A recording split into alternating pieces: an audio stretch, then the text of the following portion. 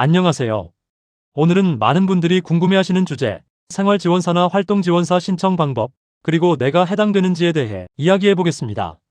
장애가 있는 가족을 돌보는 분들, 또는 스스로 도움을 받아야 하는 분들께 꼭 필요한 내용입니다. 먼저 용어부터 간단히 정리할게요.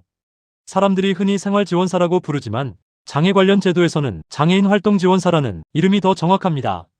장애인 활동지원 제도는 신체적, 정신적 장애로 혼자서 일상생활이 어려운 사람에게 도움을 주는 제도입니다. 쉽게 말해 식사나 이동, 세면, 외출 같은 일상적인 일을 도와주는 분이 활동지원사입니다. 노인복지 분야에서는 생활지원사라는 이름을 쓰기도 해요. 하지만 장애인을 위한 제도는 활동지원사 제도가 핵심입니다. 그럼 누가 받을 수 있을까요? 만 6세 이상, 65세 미만의 등록장애인이면 신청할 수 있습니다. 단, 혼자 생활하기 어려운 정도여야 하고 시설에 입소 중이거나 이미 노인장기 요양 서비스를 받고 있다면 중복 신청이 어려울 수 있습니다. 65세 이후에도 일정 조건이 맞으면 계속 이용할 수 있는 예외 규정이 있습니다. 서비스 내용은 다음과 같습니다. 첫째, 활동보조. 식사, 이동, 세면, 옷 갈아입기 같은 도움을 받을 수 있습니다. 둘째, 방문 목욕과 방문 간호. 전문 인력이 집으로 와서 위생관리나 건강관리까지 지원합니다. 셋째, 사회활동 보조. 외출할 때 동행하거나 병원이나 관공서 방문을 도와주는 역할도 합니다. 서비스는 바우처 방식으로 운영되고 본인 부담금이 소액 발생할 수 있습니다. 그럼 신청 절차를 알려드릴게요. 첫 번째, 신청입니다. 주소지 읍면동. 주민센터에 방문해서 신청하거나 복지로 홈페이지에서도 온라인으로 접수할 수 있습니다. 신청할 때는 신분증, 통장 사본, 건강보험증, 장애등록증 등이 필요합니다. 두 번째, 서비스 지원 종합조사입니다. 전문 인력이 방문해서 실제로 얼마나 도움이 필요한지를 평가합니다. 이 결과로 서비스 시간이 정해집니다. 세 번째, 수급 자격 심의입니다.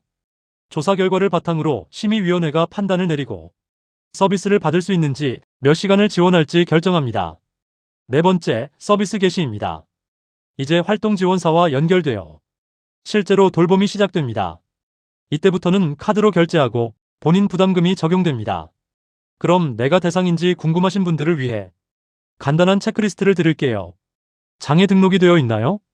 나이가 6세 이상, 65세 미만인가요? 혼자 식사, 이동, 세면 같은 일을 하기 어렵나요? 시설에 입소 중은 아닌가요? 노인장기 요양 서비스를 이미 받고 있지는 않나요? 주민센터에 신청할 수 있나요? 이 중 3가지 이상 해당된다면 주민센터 복지 담당자에게 꼭 문의해보세요. 이제 활동지원사, 즉 돌봄을 제공하는 사람에 대해서도 알아볼게요. 활동지원사는 장애인의 일상생활을 직접 도와주는 분입니다. 가사 지원, 외출 동행, 말벗, 건강관리 등 다양한 일을 합니다.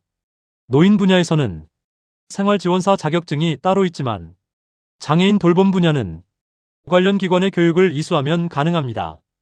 요양보호사 자격증을 가진 분이 활동지원사로 일하는 경우도 많습니다.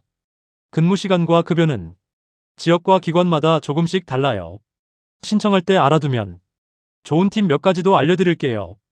첫째, 주민센터에 미리 전화해서 내가 대상이 되는지 상담받으면 시간 절약이 됩니다. 둘째, 서류를 미리 준비해두면 신청이 훨씬 빠릅니다.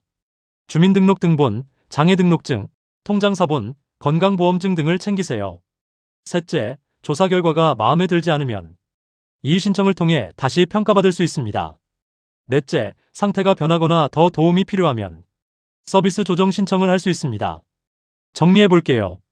장애인 활동 지원 서비스를 받으려면 신청, 조사, 심의, 배정, 서비스 개시 이 5단계를 거칩니다.